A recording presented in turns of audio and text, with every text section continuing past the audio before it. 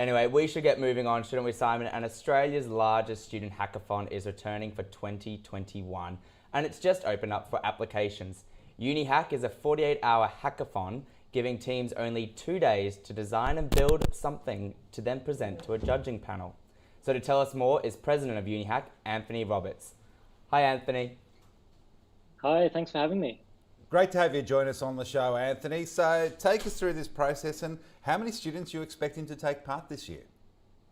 So yeah, this year is easily going to be our largest one that we've ever run. In the past, we've had a maximum of say 200 participants because that's really the only number of people we can fit in a venue. But this year we're opening that up all the way up to 300 people.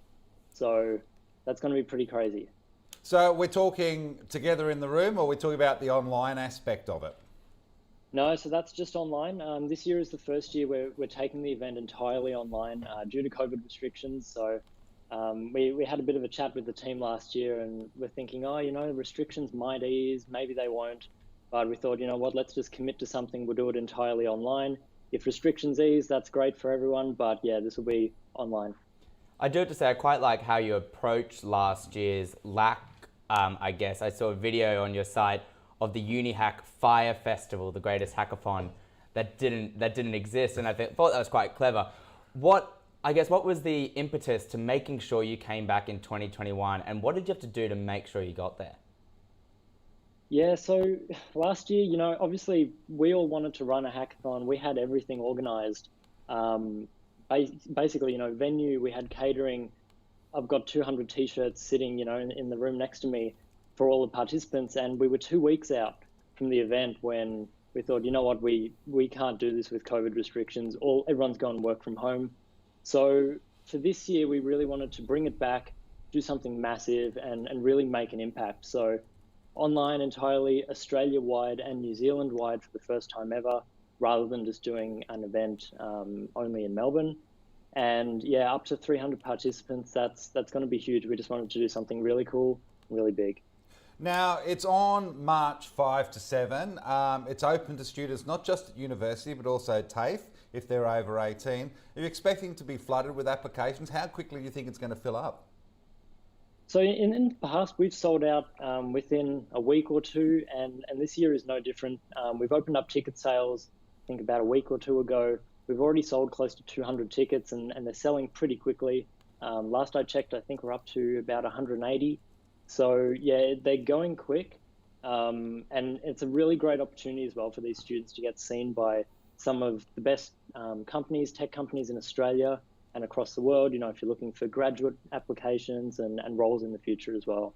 Now, do you have any sort of idea of those teams, what they're aiming to create? Like, are there any themes that already you can see popping up, or that I guess you expect to? Yeah, there's some really, really interesting ones. And we get such a wide and diverse range of projects that people work on each year. So in the past, we've had some really interesting applications around medical health and being able to, communicate with, say, your healthcare professionals about, parts of your body that are aching or whatever and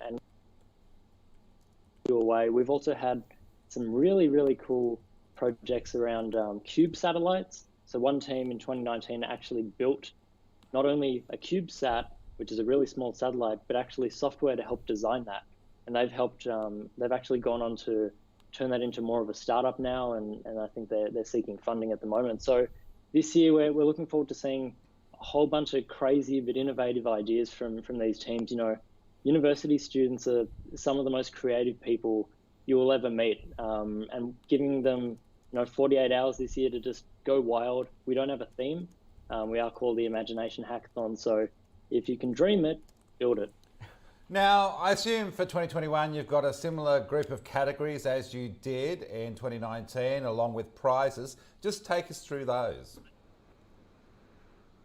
Yeah, so we've got most useful, we've got most creative idea, best design, all sorts of different prizes that are going to be given out. We also let companies provide custom prizes as well, so they can set their own challenge and really, if they see some students building something really cool that really aligns with their company, they can, sponsor a prize and a challenge for that. Because I think there's a couple for best startup potential. Did they end up becoming startups out of the hack? Some actually do.